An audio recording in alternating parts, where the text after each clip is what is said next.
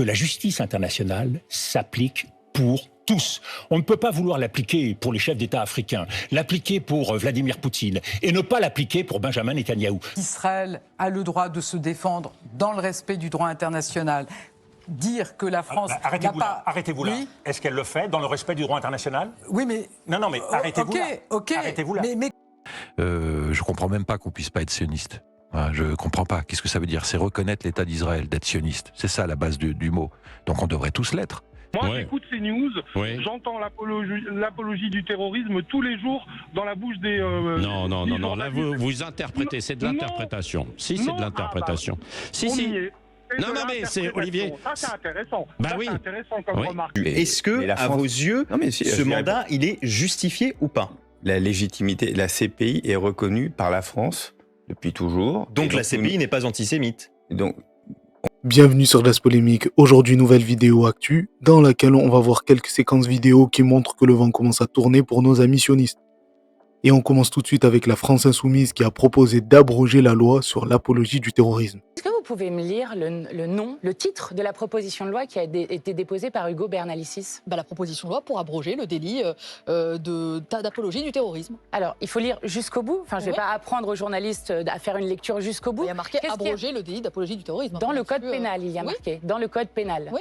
Oui, ça a son importance, Madame Latrousse, parce qu'il se trouve qu'avant 2014, avant la loi qui a mis dans le code pénal l'apologie du terrorisme, avant cela, c'était dans le droit de presse, comme c'est d'ailleurs le cas pour l'apologie de crimes de guerre. Et ce que nous dénonçons, c'est justement que ce soit dans le code pénal et non plus dans le droit de presse. Donc nous n'abrogeons pas le délit d'apologie du terrorisme, nous le remettons dans le droit de presse, comme c'est le cas pour l'apologie de crimes de guerre. Dans le code pénal, eh bien, je vais vous dire, parce que c'est instrumentalisé et dévoyé, comme ça a été le cas, vous l'avez dit, sur Jean-Paul Delesco, qui est secrétaire départemental CGT du Nord, condamné à 1 an de prison avec sursis pour un tract sur Gaza, comme ça a été le cas contre Rima Hassan, candidate aux européennes, comme ça a été le cas contre moi-même, présidente d'un groupe parlementaire. Alors, ce que je comprends en substance, corrigez-moi en commentaire si je me trompe, c'est que cette abrogation permettra de ne plus poursuivre en justice aussi facilement des personnes qui auraient simplement affiché une critique envers le gouvernement israélien ou nuancé les événements du 7 octobre. Car oui, il y a pas mal d'associations spécialisées dans ce qu'on appelle des procédures bâillons.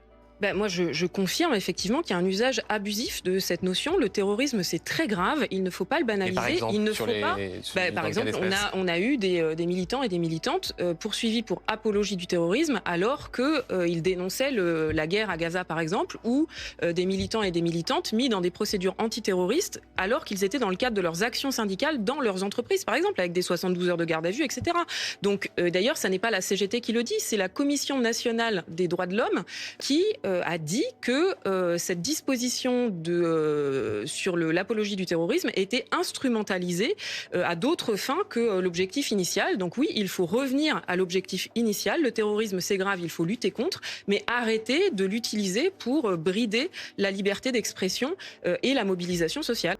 Alors c'est un procédé qui a été utilisé notamment par Bolloré pour empêcher les journalistes d'enquêter trop profondément dans ces affaires, mais dernièrement, c'est plutôt des associations pro-israéliennes qui ont harcelé judiciairement les militants antisionistes afin de les asphyxier financièrement, tout simplement. Et ça, tout le monde en a conscience, que ce soit dans le milieu politique, syndical ou même académique. Écoutez Belik Nabli, professeur en droit international, dire les termes. Ce sont principalement des associations pro-israéliennes qui sont à l'origine de ces harcèlements. On rappelle que Marc Trévidic, ce n'est pas n'importe qui. Aujourd'hui, lui veut également une modification de cette loi. Ça, vous le constatez aussi, Belik Nabli. Avec le recul, il constate, nous dit-il, que cette loi et que cette qualification, malheureusement, est dévoyée et qu'elle est instrumentalisée. Alors, vous m'aviez dit par quelles associations? Par des associations pro-israéliennes, pour le dire clairement, qui essayent de museler et de bâillonner, comme on dit, toute expression de solidarité envers les Palestiniens. Et quand je dis que tout le monde en a conscience, et ce depuis bien longtemps, c'est tout simplement parce que l'affaire Dieudonné en est la parfaite expression. Mettons de côté les dérives, etc., je vous parle simplement du harcèlement judiciaire qu'il a subi. C'est quand même un humoriste qu'on a interdit de se produire parce qu'il parlait de la communauté juive, mais surtout du sionisme qu'il peut y avoir au sein de cette communauté. Et pour ça, le monde médiatico-politique ne lui a jamais pardonné et en a fait un exemple pour tous les petits malins qui voudraient faire comme lui. C'est cette mafia sioniste, par contre, qu'on a en France, qui est très très puissante en France, qui contrôlent quasiment tout. Il faut être honnête. Hein. Il faut les médias, le cinéma, tout ça. Et ce sont des gens qui ont extrêmement mauvais goût. Ils sont représentés par le CRIF, la LICRA, mais qui ne représentent pas les Juifs de France. Voilà. Ils s'en servent. Les Juifs de France sont un bouclier d'éthique autour d'une mafia. C'est Totorina, c'est le patron de CRIF. Et ils ont énormément de pouvoir aussi dans ton métier. L'information qu'on voit par la BFM, CNews, tu as travaillé là-dedans. Ouais. C'est impressionnant. C'est un organe de propagande israélien. C'est-à-dire, c'est comme ça que moi je le vois. C'est-à-dire qu'à aucun moment, il y a la possibilité d'exprimer autre chose que la soumission totale à cette politique menée aujourd'hui au Moyen-Orient. Et de toute façon, j'ai 37 condamnations, j'ai plus de 100 procès, j'ai plus des arrêtés préfectoraux, municipaux, j'en ai je sais plus combien.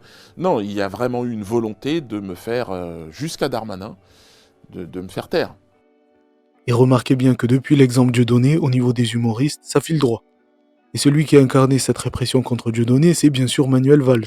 Aujourd'hui, on a le même, c'est Bruno Retailleau, un mec dangereux qui à chaque fois qu'il prend la parole, que ce soit pour la Martinique, pour la Nouvelle-Calédonie, pour les banlieues et même pour les agriculteurs, il est dans une espèce de domination, une espèce de répression. On a l'impression qu'il veut plus envenimer la situation que la régler. Et encore une fois, face à cette proposition de loi, il va faire un lien bizarre entre apologie du terrorisme et antisémitisme.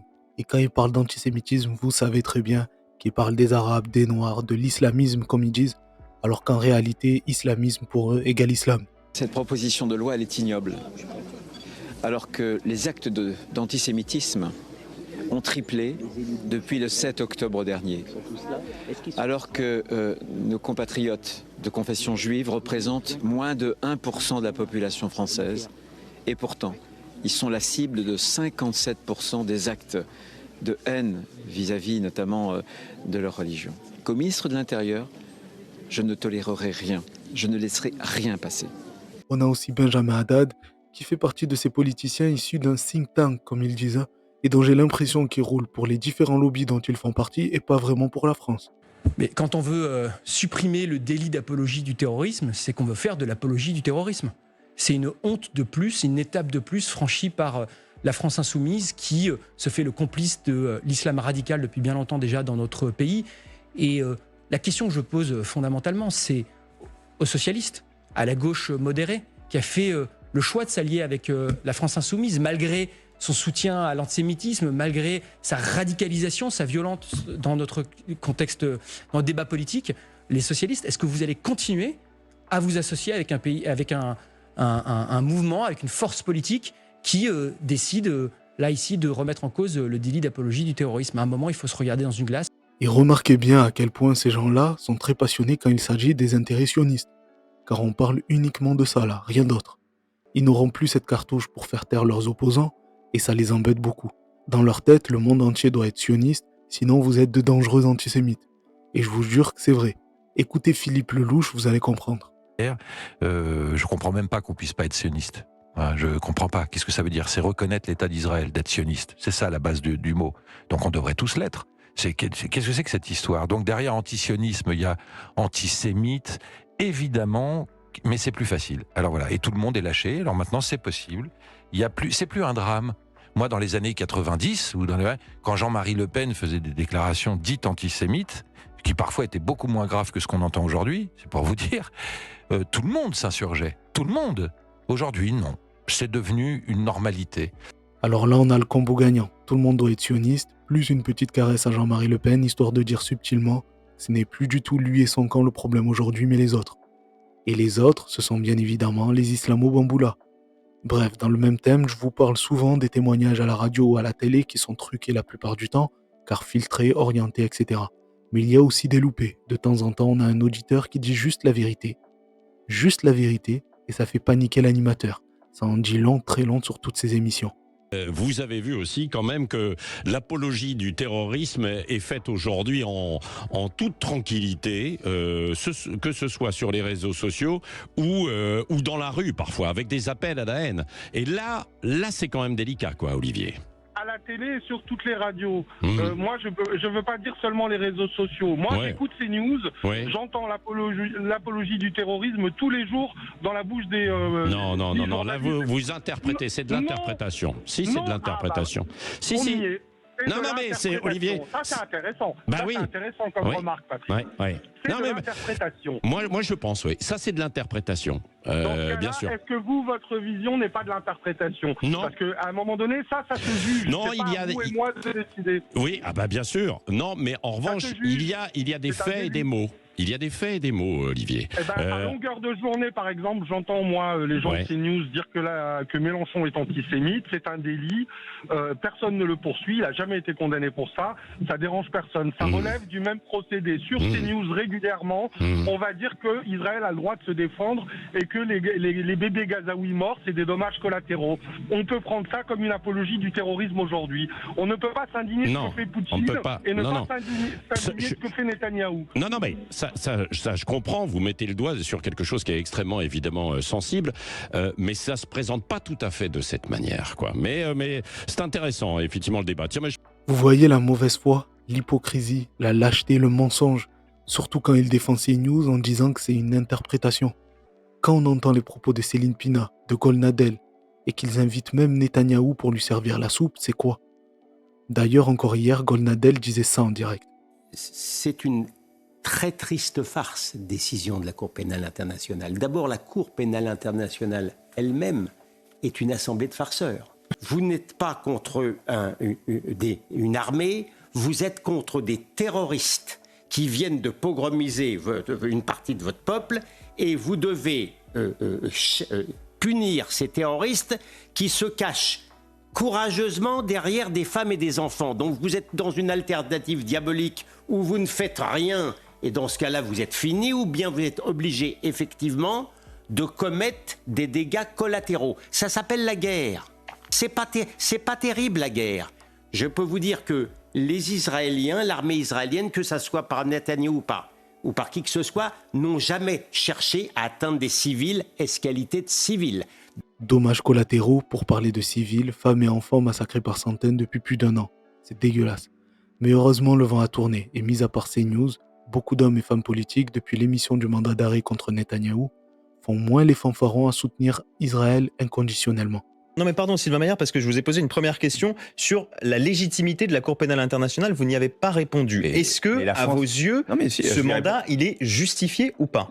La légitimité, la CPI est reconnue par la France depuis toujours. Donc la CPI n'est pas antisémite.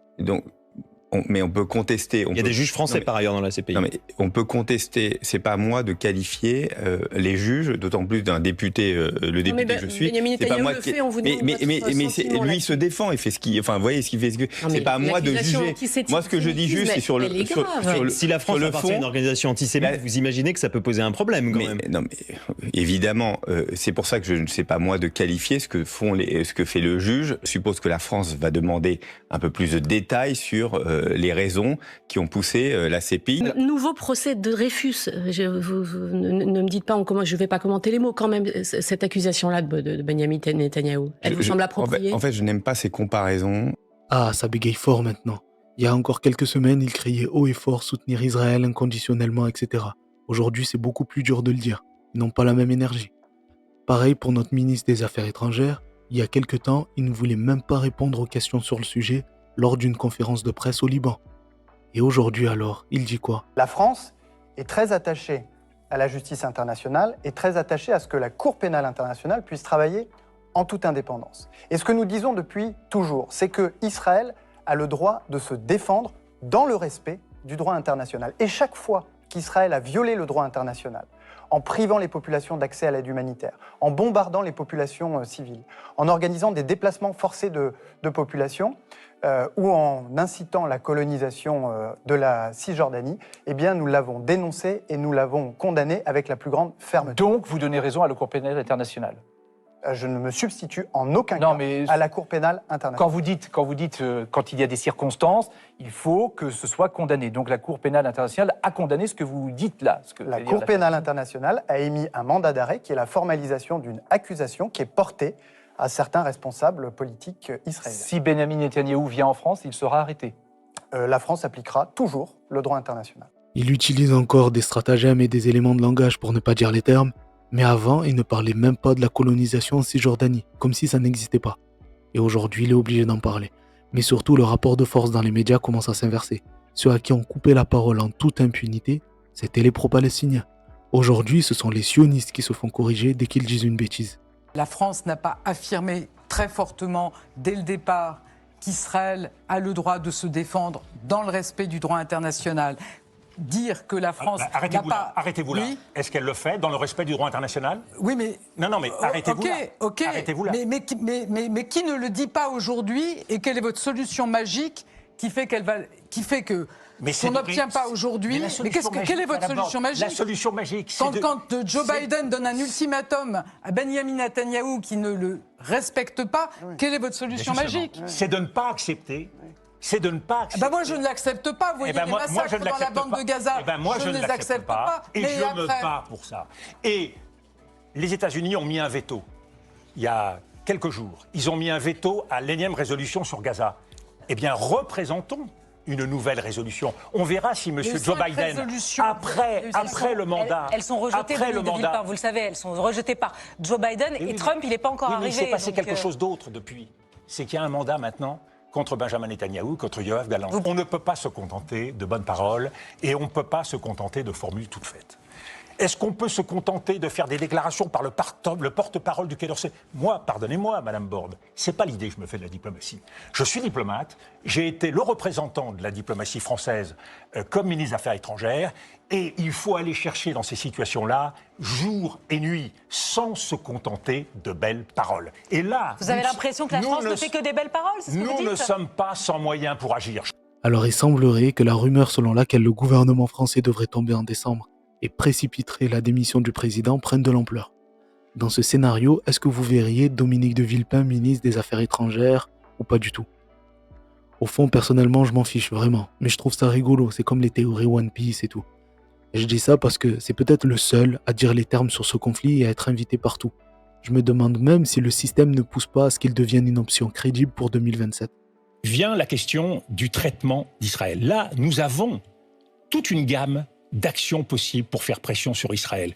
Il est évident que la justice internationale s'applique pour tous. On ne peut pas vouloir l'appliquer pour les chefs d'État africains, l'appliquer pour Vladimir Poutine et ne pas l'appliquer pour Benjamin Netanyahou. Donc tous les Européens et la Commission européenne l'a clairement dit, le commissaire concerné, la justice internationale doit s'appliquer, elle ne se divise pas. Et donc s'il vient en France, ce mandat d'arrêt doit s'appliquer. Et pourquoi l'Allemagne ne le fait pas? Mais parce que l'Allemagne a une histoire et un sentiment de culpabilité qui aujourd'hui constitue le cœur de sa diplomatie, en tout cas vis-à-vis de cette région. Ce qu'il vient de dire, tout le monde le sait.